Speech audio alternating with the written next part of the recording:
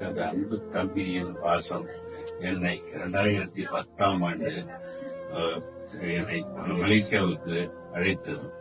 அங்கு சில காலங்களே தங்கியிருந்தாலும், சில நாட்களே தங்கியிருந்தாலும், அங்கு என் தம்பியின் குடும்பமும் என் தம்பி குடும்பத்தார்களும் என்னை அரவணைத்ததும், அவர்கள் காட்டிய பாசமும், என் தம்பி ஒரு குடும்ப தலைவனாக இருந்து 4 பிள்ளைகளையும் எப்படி வளர்த்து ஆளாக்கி இருக்கிறார் என்பதை நான் உணரக்கூடிய ஒரு நல்ல ஒரு அண்ணனாக நான் அங்கு சென்றிருந்தேன்.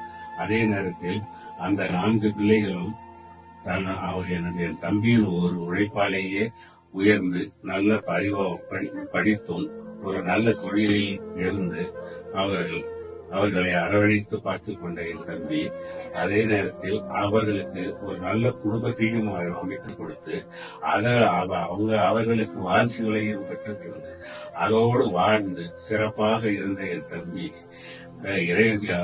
வாழ்ந்த என் தம்பி திடீரென்று காலமாகிவிட்டார் என்ற செய்தி அடைந்து என்னுடைய நெஞ்சே நிறுத்திவிடக்கூடிய ஒரு சூழ்நிலையை நான் வாழ்ந்தேன்.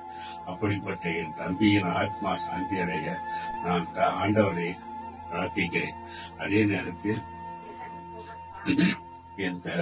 என்னுடைய வாழ்நாள் முறையும் என் தம்பியினுடைய பாசத்தையும் அரவணைப்பையும் நெஞ்சில் வைத்து வாழ்வேன் என்று மனதார வாழ்த்தி என் தம்பியின் இழப்பை என்னால் ஈடு செய்ய முடியாத ஒரு இழப்பாக நினைத்து நான் வாழ்ந்து வருகிறேன்.